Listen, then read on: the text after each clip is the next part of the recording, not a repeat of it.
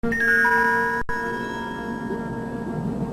los Andes, a unos 4.000 metros de altura, los hombres del Calipso van a enfrentar los secretos del lago Titicaca. Nadie sabe lo que encierran esas aguas frías y hostiles. La leyenda dice que en su fondo yacen tesoros. Tras un silencio de varios siglos, cada piedra puede contar una historia y recordar las fabulosas civilizaciones que se han sucedido en sus orillas. Es un lago misterioso con fondos inexplorados, restos desconocidos, extraños animales.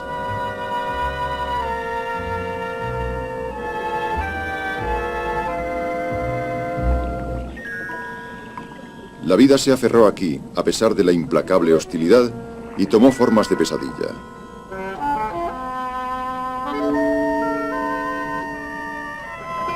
Incluso estos animales de la familia de los sapos tienen su secreto. No los hay mayores en el mundo. Los enigmas y leyendas cubren de embrujo las orillas del lago Titicaca. El mundo submarino.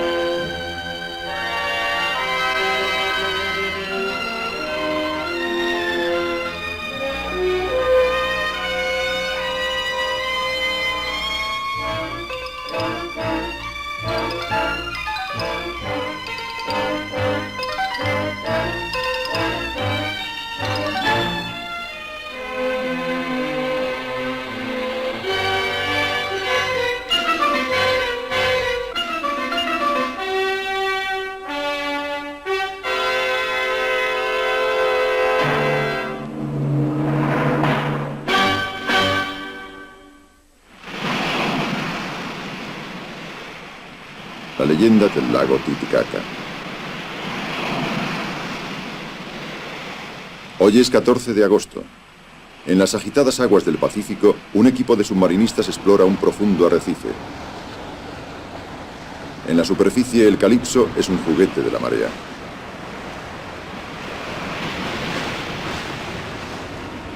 El comandante Cousteau espera el regreso de sus hombres. Observa el viento que arrecia y el mar que se encrespa. Bajo el agua la tormenta no se nota.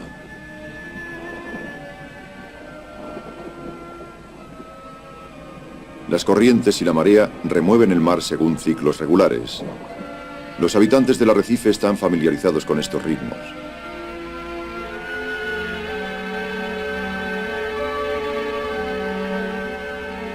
Sé muy bien lo que es la calma en las profundidades. Conozco esa tendencia a olvidar la superficie que tienen los submarinistas. Van de hallazgo en hallazgo a su antojo, sin preocuparse por las inquietudes que crecen arriba.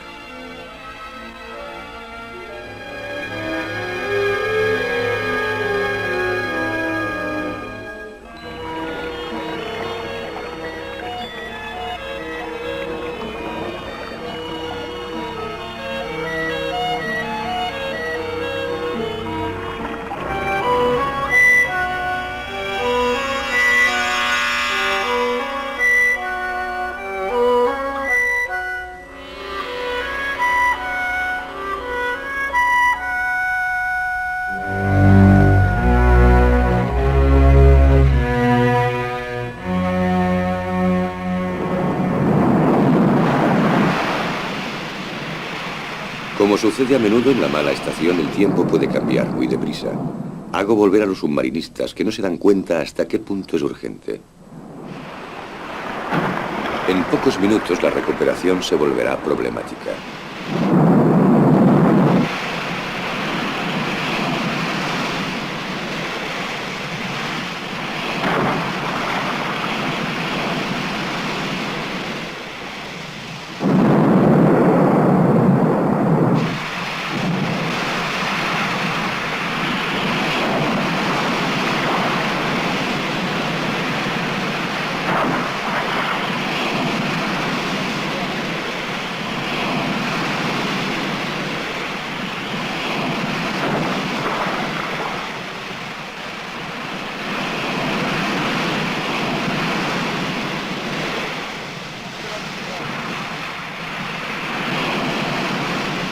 Gran contraste para mis compañeros que ahora se tambalean en el puente del Calipso, zarandeados por el bamboleo.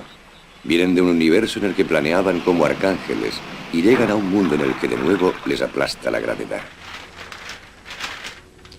Bueno, Jean-Paul, aquí ya hemos terminado. Ahora nos dirigiremos al Perú, pues dentro de 6 semanas llegará a la estación de las lluvias al lago Titicaca. Cuando estemos en Matarani, cargaremos en el ferrocarril las 2 cápsulas de inmersión y 20 toneladas de material. El tren cruzará los Andes hasta llegar al lago. ¿Por qué el lago Titicaca? Sin duda, la atracción del hombre no bastaría para justificar nuestra elección. Para nosotros, sumergirse a casi 4.000 metros de altura presenta problemas completamente nuevos. Conocemos poco las reglas fisiológicas de la inmersión en altitud. Además, también se sabe muy poco sobre el mismo lago, su profundidad, la vida que alberga, sus orígenes geológicos. Hay además problemas arqueológicos. Allí estaremos en una región inca. Alrededor del lago hay construcciones gigantes, templos. ¿Tienen estas edificaciones prolongaciones subacuáticas en el lago? No lo sabemos. Razón por la cual vamos allá, para resolver problemas de fisiología, biología, geología y arqueología. Sin olvidar las leyendas. Se cuenta que los incas arrojaron al lago, cuando llegaron los españoles, toda clase de tesoros, objetos de oro de gran valor. ¿Quién sabe?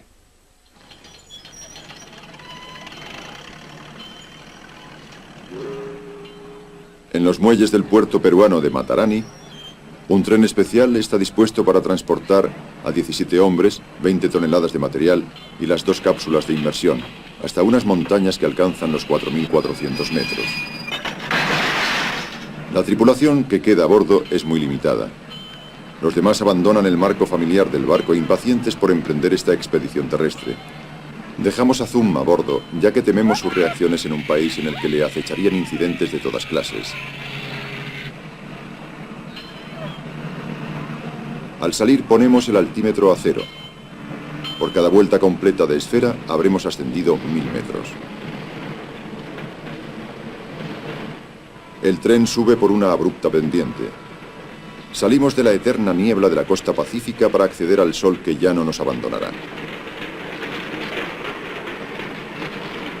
Hace más de 4 siglos que los infatigables españoles de la conquista, empujados por la fiebre del oro, cruzaron estas montañas. Proporcionaron a la corona española un montón de riquezas, pero al precio de indecibles infortunios.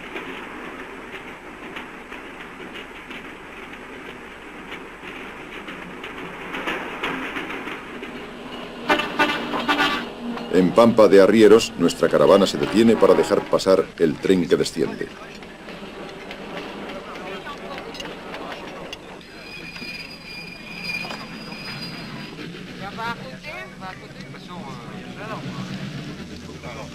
Miramos a los indios aymarás, que a su vez nos miran. Nuestra mutua curiosidad es grande, pero la posibilidad de entendernos es muy limitada. Nos sentimos separados por un abismo comparable al que hay entre la altura de los Andes y las profundidades del mar. Los incas construyeron una amplia red de caminos a través de las montañas, pero el Perú moderno ha conseguido una hazaña semejante al desplegar vías férreas por estos vertiginosos desfiladeros.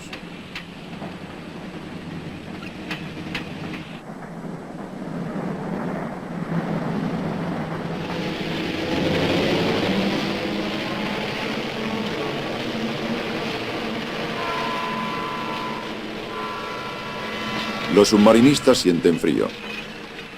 Han permanecido sentados viendo pasar el paisaje. Sin embargo, han podido darse cuenta de que gestos sencillos, como caminar o agacharse, provocan vahidos. Aún no están aclimatados a la altura. Crucero Alto, simple estación para maniobras de agujas, es el punto más alto del viaje, 4.476 metros, casi la altura del Mont Blanc. Desde aquí la expedición descenderá algunos centenares de metros hasta el mismo lago, a 3.800 metros.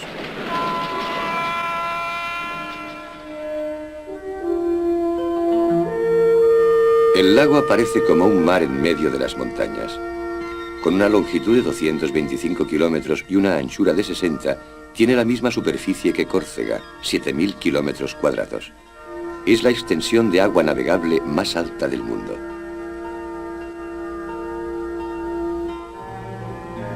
A algunos kilómetros de las orillas del lago, en Tiahuanaco, se levantan las ruinas de una metrópoli religiosa.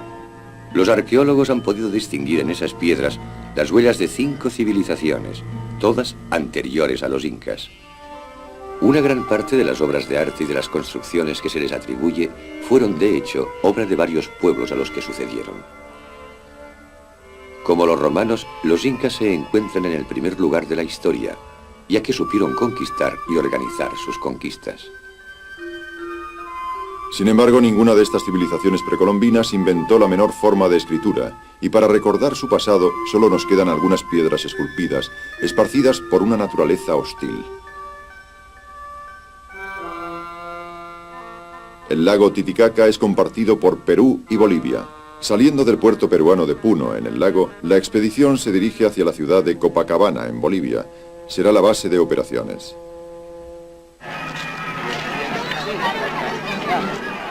Las cápsulas de inmersión causan gran curiosidad.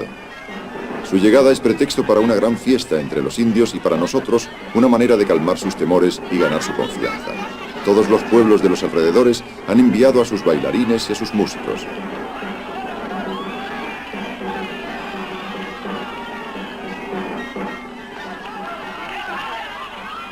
Ritos paganos y ceremonias cristianas se confunden. Las cápsulas de inmersión son adornadas y bendecidas como para un bautismo.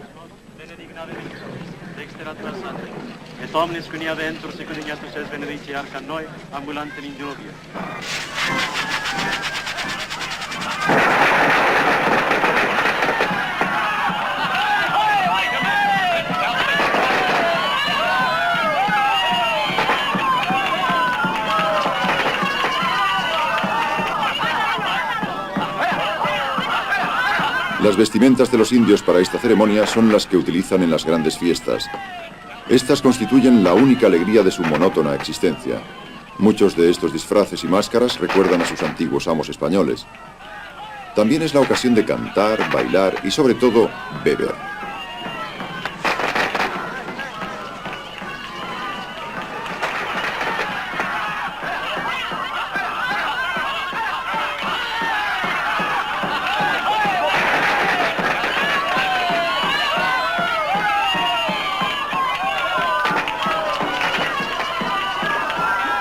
Por muy impaciente que esté de comenzar el trabajo, el equipo del Calipso no tiene ninguna intención de interrumpir la fiesta. Todos los ritos que preceden a la simbólica inmersión de las cápsulas deben realizarse. A bordo del pontón que nos servirá de plataforma de inmersión, experimentamos la sensación de haber cambiado de planeta. El peso de nuestro equipo nos exige un esfuerzo físico considerable. A esta altitud, la menor tarea nos agota.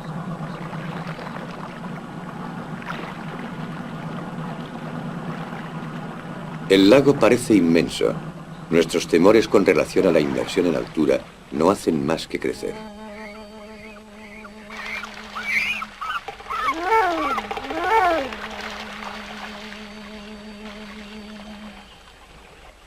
Miramos evolucionar a los cormoranes.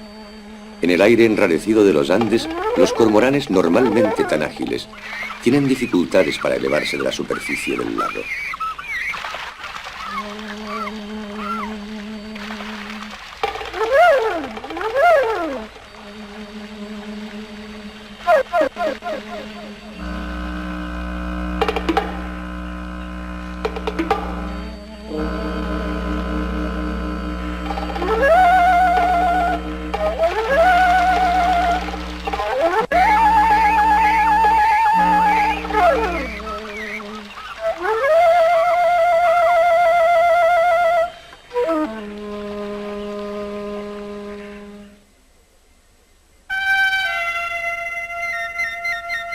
En la punta de la península de Copacabana se elevan las islas sagradas del Sol y de la Luna.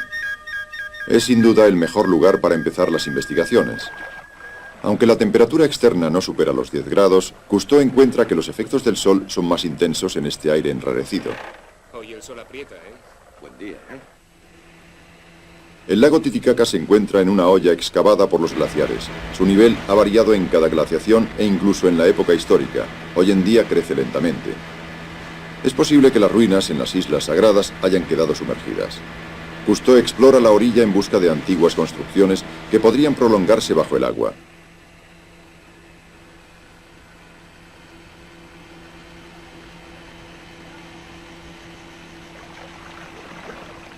A bordo del pontón, el equipo se prepara para una inmersión de prueba. Hay que ver en qué medida la altitud influye en las posibilidades de trabajo en el agua.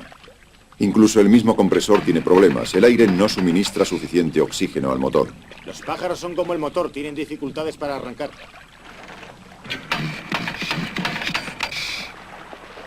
El doctor ha encontrado una solución: alimentar el carburador con una botella de oxígeno puro.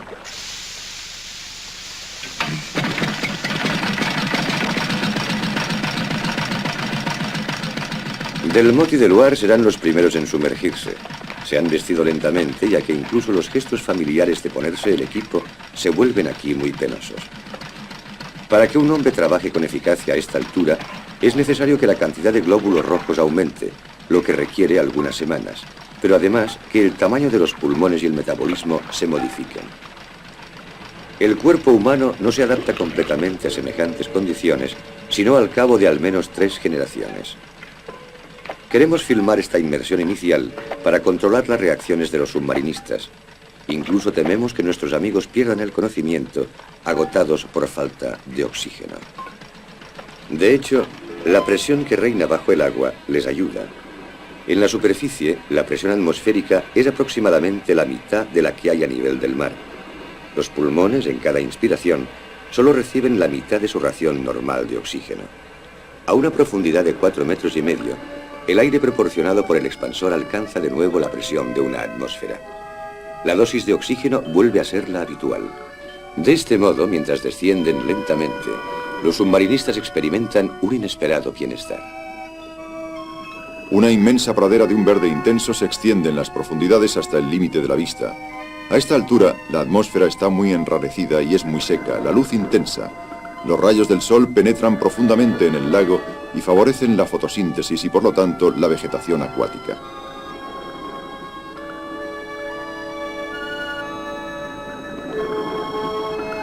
Bajo la alfombra vegetal, el fondo está formado por varios metros de barro y lodo. El brazo se hunde en él hasta el hombro.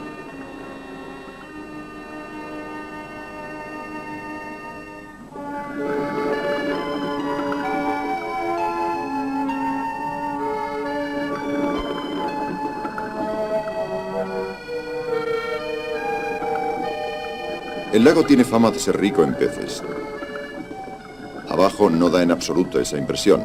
Los peces no se mueven en bancos apretados. Una vez llegamos a la superficie, estamos de nuevo expuestos al cansancio de la altitud. Investigamos un nuevo terreno, la inmersión en alta montaña. Tiene sus reglas particulares que nuestros fisiologistas definieron teóricamente en Marsella, pero que debemos comprobar en la práctica. Tras una profunda inmersión y para evitar accidentes de descompresión, es necesario marcar tiempos de espera antes de llegar a la superficie. En el mar, estos descansos se hacen a 6 metros y de nuevo a 3 metros de profundidad. Aquí en altura hemos calculado que hay que hacer esos descansos más próximos a la superficie, a 3,60 metros y a 1,80 metros. Gran estreno para la inmersión en altura. Doctor, nuestras tablas de descompresión modificadas para el lago Titicaca, a 3.800 metros de altura, han resultado exactas. El doctor Jacques Tassi somete a los submarinistas a un profundo examen. El trabajo bajo el agua se muestra menos agotador que los esfuerzos en tierra. Sin embargo, por prudencia, el doctor decide reducir nuestro programa de trabajo.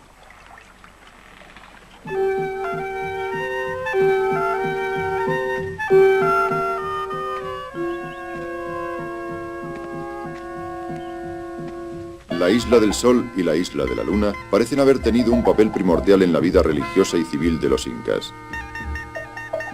La Isla del Sol está cubierta de restos antiguos. En la Isla de la Luna se encuentra el templo de las vírgenes vestales. El equipo de Calipso determina las dimensiones exactas del templo. Frédéric Dumas, nuestro especialista en arqueología submarina, se maravilla de la técnica de la construcción. Estos bloques de piedra con múltiples ángulos encajan con tal precisión que una hoja de afeitar no se puede introducir entre ellos.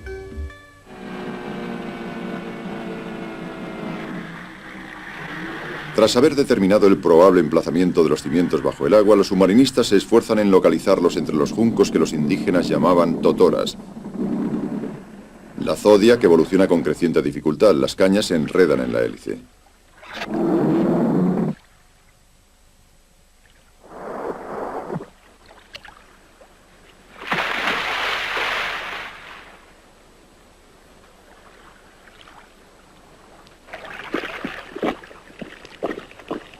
Jean Ryan se abre camino a través de toda esa vegetación.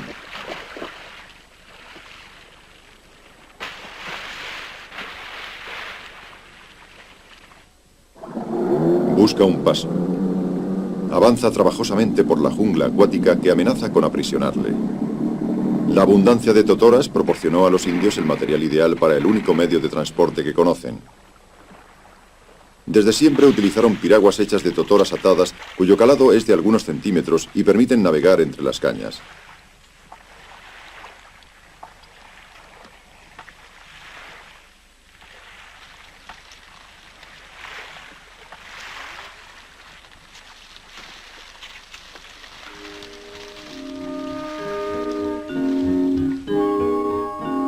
Frédéric Dumas encuentra un enorme monolito en la orilla.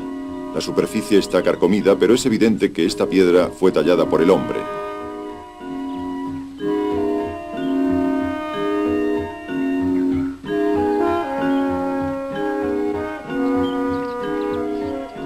Otras piedras talladas llevan a Dumas hasta una serpiente esculpida de ojos salientes. Es una cobra, una serpiente de anteojos muy reconocible. ¿Qué hace en estas montañas la imagen de esta serpiente de tierras cálidas?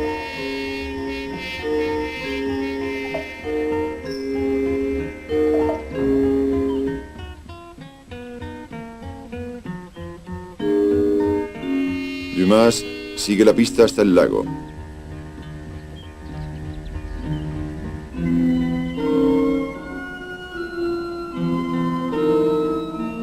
Los muros son la prolongación de las construcciones descubiertas en la orilla. El crecimiento de las aguas los ha sumergido lentamente. Estos edificios se remontan a los remotos tiempos de la historia precolombina. Se decía que a menudo estaban recubiertos de oro, lo que dio origen a la leyenda de un tesoro hundido. Estas pocas piedras disipan para siempre las fábulas que inspiraron. Poco a poco esperamos completar el inventario de las ruinas sumergidas.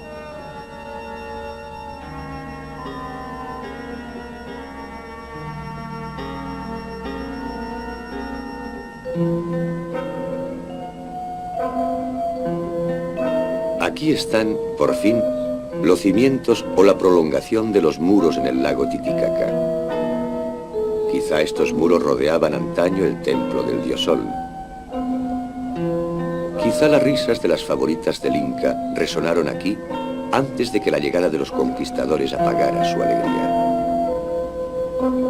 Quizá también bajo las rocas y el barro duermen los secretos que quedan por descubrir.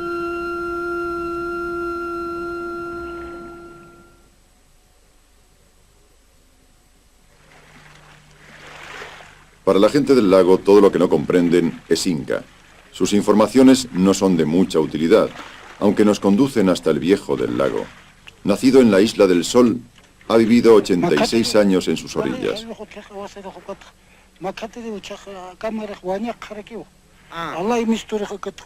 Mientras masca hojas de coca, nos habla de un túnel que unía el lago con Cuzco, la antigua capital de los incas. Un túnel tanto bajo el lago como bajo tierra y que tendría una longitud de 320 kilómetros. Ya nos habían contado esto. También nos dijeron que existía una cadena de oro de 10 o 15 kilómetros de largo que unía bajo el agua la Isla del Sol y la Isla de la Luna. ¿Qué puede haber de cierto en ello?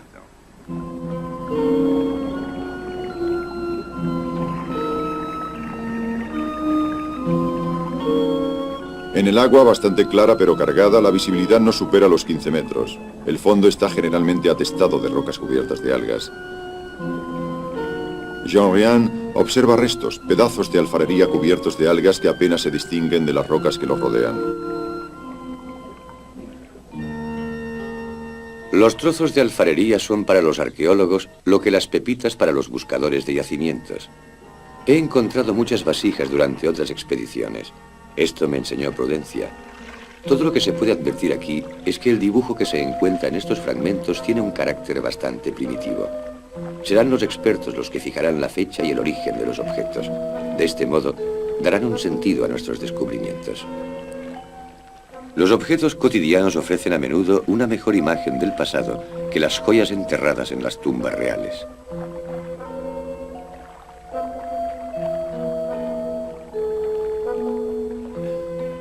Pesa bastante. Más que las otras. Nuestras exploraciones se multiplican y observamos en primer lugar la escasez de peces. Ahora bien, no hay duda de que los peces son el principal alimento de las tradicionales poblaciones del lago como los urus y los aymarás. El submarinista Rien se acerca a una de las ciudades flotantes de los indios urus. Son los descendientes bastardos del pueblo del lago, los últimos supervivientes de los primeros habitantes del altiplano andino. Hoy son poco más de 200. Aunque viven sobre el agua, le tienen miedo. También creen que aquel que cae en ella muere enseguida.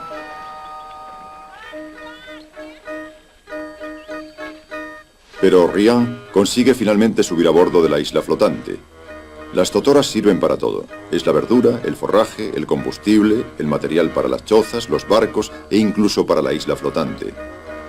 Cuando las primeras capas se pudren, se extienden encima otros juncos recién cortados. A veces sucede que los hogares prenden fuego a las cañas secas. Entonces los pobladores se amontonan en las piraguas y esperan que el incendio se apague.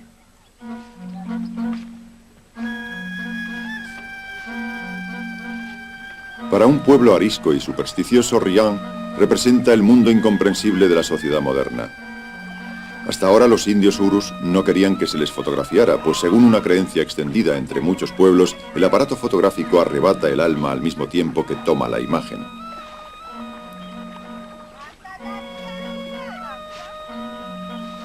Rien les distrae, lo que nos permite filmar el pueblo con relativa libertad. Los cormoranes son muy numerosos en el pueblo. En otros países se utilizan para pescar. Los urus los crían como pollos para comérselos. Rien hace un descubrimiento significativo mientras se pasea por el pueblo. Ve objetos de cerámica idénticos a los encontrados en el lago. Un poco más lejos encuentra un rótulo. Atención, escuela. Pero es una escuela flotante. Rien se va por donde ha venido. Quizá dentro de una generación las madres convencerán a sus hijos para comer la sopa, amenazándoles con el demonio negro y amarillo que surge de las profundidades.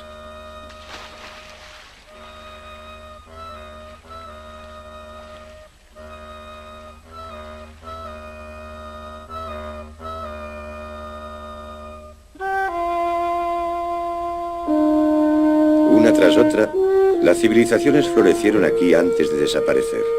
Dejaron muchos enigmas.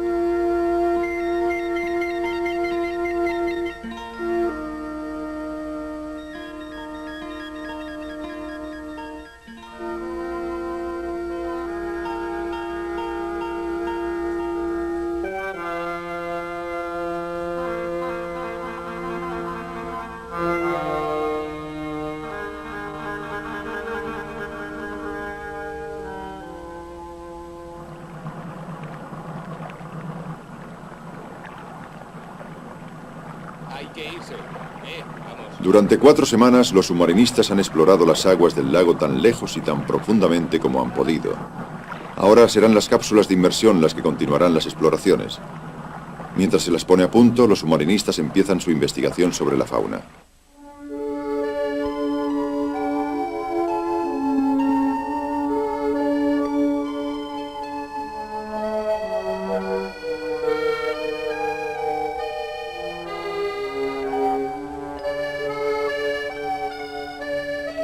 Las tormentas son frecuentes en el lago.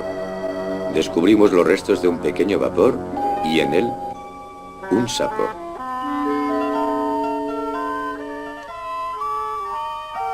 Aquí, incluso los animales tienen su misterio. Estos viven como las ranas y se asemejan a los sapos. Los hemos encontrado por todas partes en el agua, nunca en la superficie.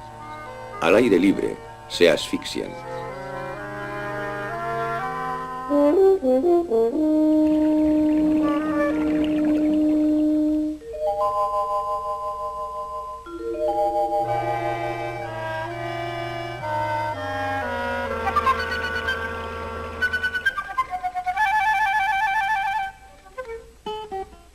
Respondiendo al nombre científico y bárbaro de Telmatobius culeus, estos sapos son únicos en el mundo por su tamaño y por su comportamiento.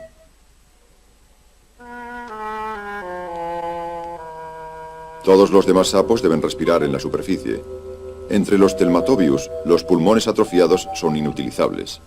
Como no poseen las branquias de los peces, respiran a través de los pliegues de la piel que forman un verdadero manto. Los minúsculos capilares que cubren la superficie de sus cuerpos extraen el oxígeno directamente del agua.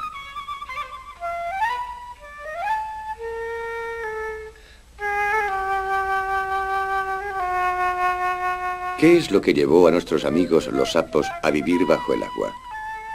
Sin duda, el aire enrarecido de los Andes, que no les proporcionaba suficiente oxígeno. Mientras su tamaño se incrementaba, sus pulmones se atrofiaban poco a poco, por lo que comenzaron a respirar por la piel. Los sapos pasan la mayor parte de su existencia posados en el fondo del lago. Sumergidos y mudos para siempre, no croan. Los submarinistas del Calipso tuvieron la suerte de sorprender su danza amorosa.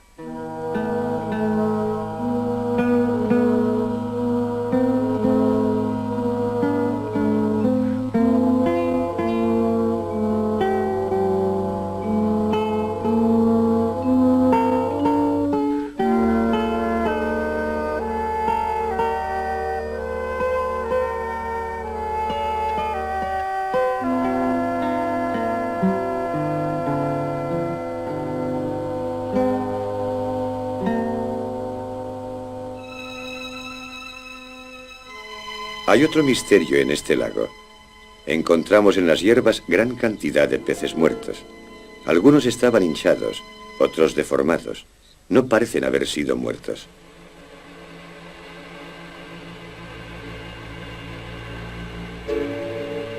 Los sapos se alimentan sobre todo de insectos acuáticos y de pequeños moluscos.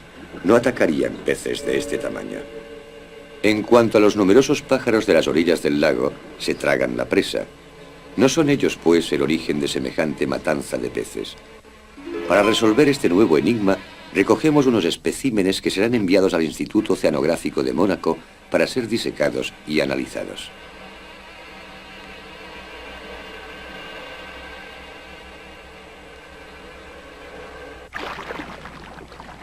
Sea cual sea la causa de la muerte de estos peces, el equilibrio biológico de todo el lago y la vida de los indios pescadores se verán comprometidos si no se pone fin a esta hecatombe.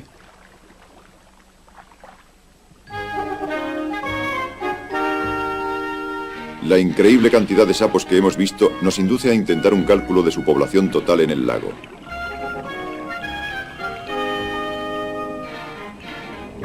Dado que no hemos encontrado un solo lugar sin sapos, basta para tener una idea muy aproximada de su número total con contarlos en un cierto perímetro. Un equipo delimita con boyas y cintas una zona de 1000 metros cuadrados. Los hombres recogerán todos los sapos dentro de este perímetro. Los contaremos y haciendo un sencillo cálculo tendremos al menos una idea de la cantidad de sapos que hay en el lago.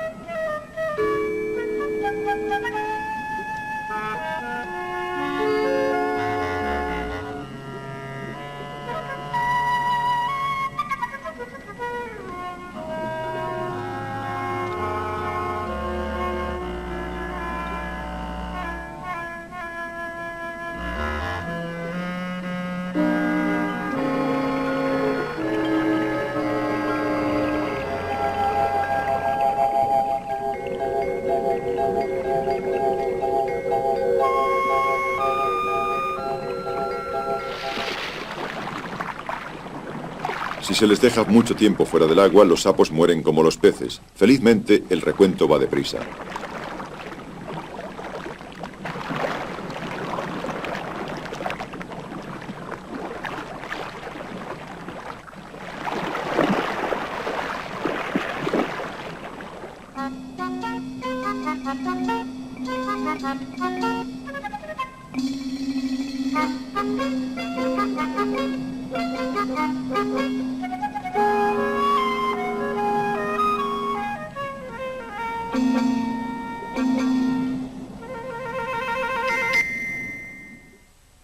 No, ese no.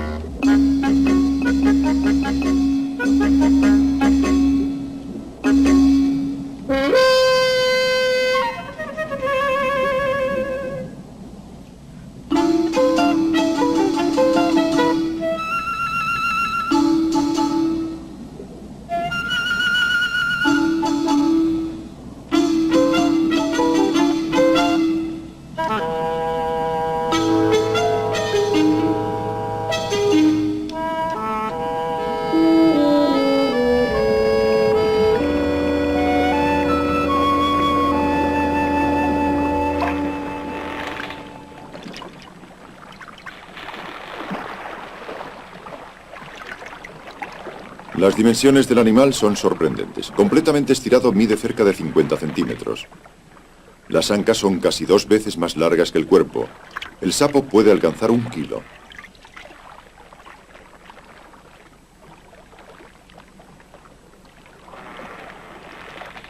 Se eligen algunos especímenes para enviarlos al Instituto Oceanográfico de Mónaco para un estudio más profundo. Los sapos nunca han formado parte de la alimentación de los habitantes del lago, pero son probablemente comestibles y podrían representar una fuente de proteínas nada despreciable.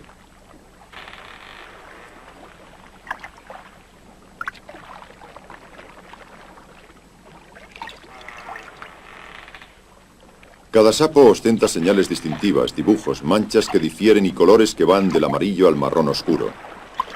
Una vez terminado el recuento, los sapos son puestos en libertad. La población total del lago Titicaca puede estimarse en 1000 millones de sapos.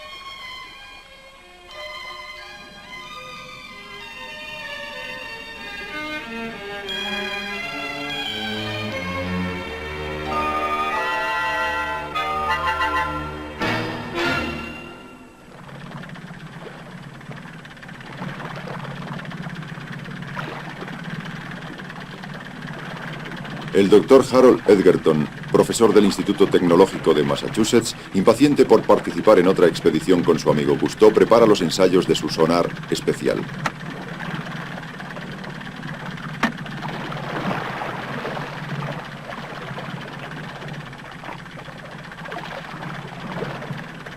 Es una sonda perfeccionada cuya señal acústica indica no solo la profundidad, sino también la naturaleza del fondo, lodo, arena o roca.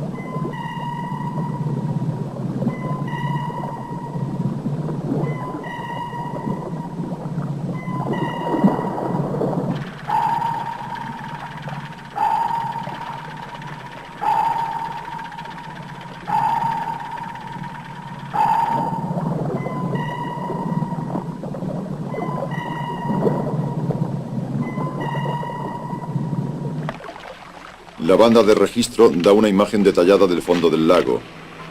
La profundidad máxima medida es de 370 metros.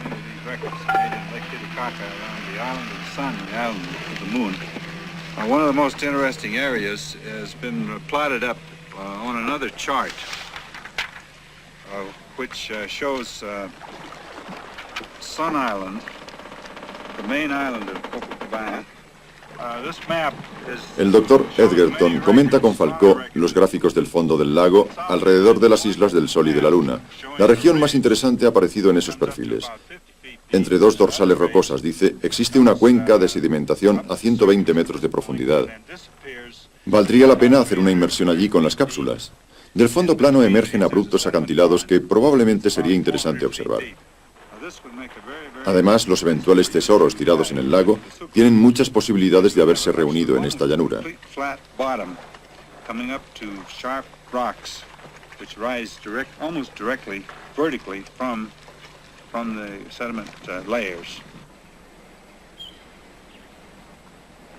Finalmente, las cápsulas de inmersión, que familiarmente llamamos pulgas, van a relevar a los submarinistas. Uno creería encontrarse en el Mediterráneo en invierno.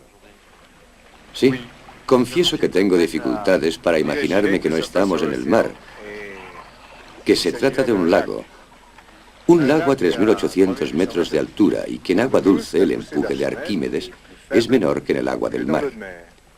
Nuestras cápsulas, que pesan cerca de 2 toneladas en el aire libre, están perfectamente equilibradas para el agua de mar. Pensamos que en agua dulce serán 70 kilos más pesadas. Vamos a añadir flotadores sujetados en la parte superior de las cápsulas. Nuestros pilotos, gracias a esos flotadores, podrán evolucionar con tanta soltura en el lago Titicaca como en el océano. El pontón y la grúa están a punto. La tripulación procede a las últimas comprobaciones. Cousteau y Falcó van a tomar los mandos.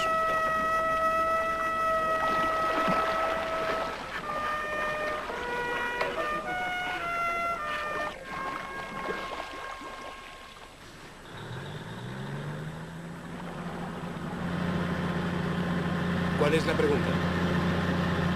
Está todo en orden. Ya podéis bajarlo. Bueno, ¿y tú qué crees? ¿Va todo bien o qué? Sí, perfectamente. Seguid informando. Está bien, haremos lo posible. En el interior, Falcó indica que todo funciona normalmente. La unión telefónica con el puente se desconecta y el último vínculo con la superficie se corta. Todo irá bien, tranquilos, aunque sea en esa altitud. Ahí va.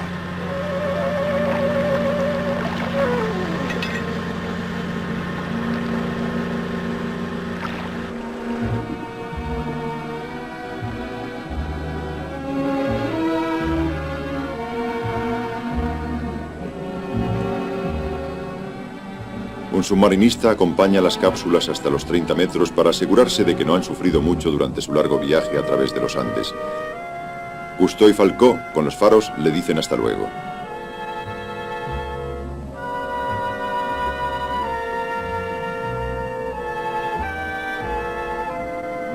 Habíamos calculado exactamente la nueva flotabilidad en el agua dulce y nuestros ingenios se muestran muy manejables a pesar de las modificaciones que han sufrido. Comunico mis impresiones a Falcó y decidimos filmarnos el uno al otro mientras filmamos el fondo del lago.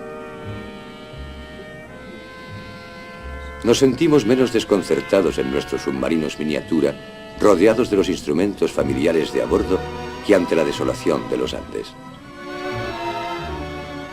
Las cápsulas, propulsadas y dirigidas por reacción gracias a las toberas orientables, maniobran con precisión. Cada una lleva 2 cámaras para filmar de cerca y de lejos. Estos pequeños submarinos, capaces de descender hasta los 600 metros, abren nuevos terrenos de exploración.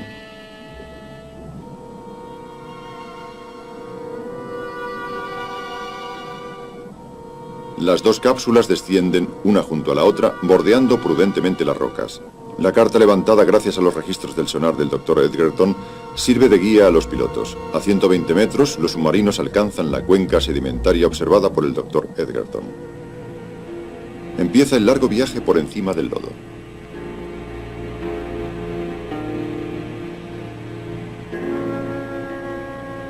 Falcó y yo intercambiamos nuestras impresiones mediante el teléfono sonar. Instintivamente nos referimos sin cesar a nuestras experiencias submarinas. El agua del lago es casi tan clara como el agua de alta mar. El plancton de agua dulce apenas nos parece menos abundante. Los sedimentos acumulados en el fondo del lago tienen, según la estimación de Edgerton, al menos 10 metros de espesor. Falcó y yo experimentamos una gran emoción ante un espectáculo que el hombre jamás ha contemplado. El fondo de este lago ha permanecido hasta ahora más secreto que la superficie de la luna.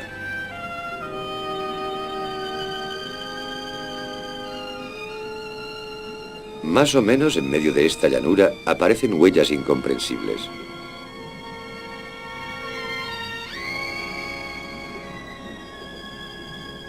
Enseguida, nuestros dos submarinos dan media vuelta para seguir esos zigzags. Los surcos han sido trazados por nuestros viejos amigos, los sapos. Jamás se habían observado sapos vivos a más de 120 metros de profundidad.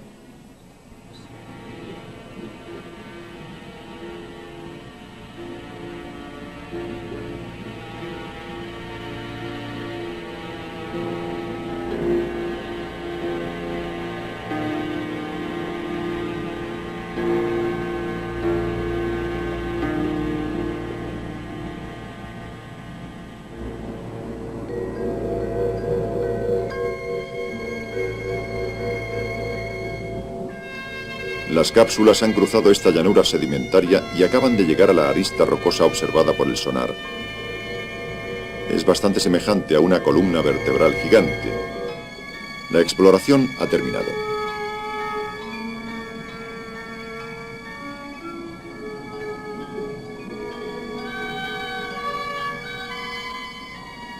A una señal dada por Cousteau, los submarinos ascienden dejando desaparecer en el fondo del lago las leyendas sobre los incas y sus tesoros.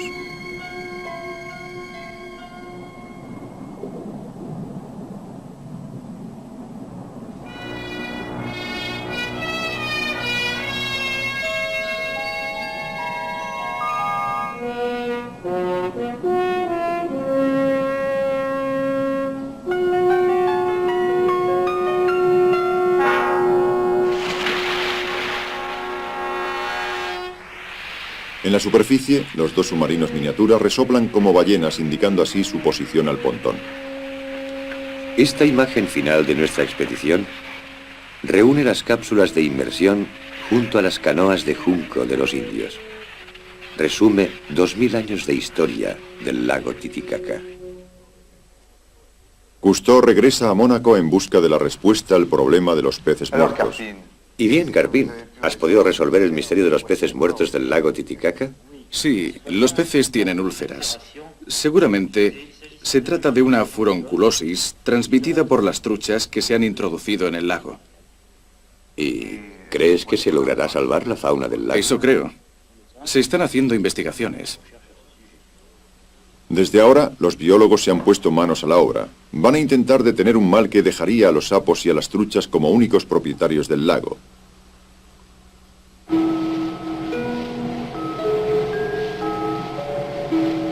El Calypso vuelve a alta mar.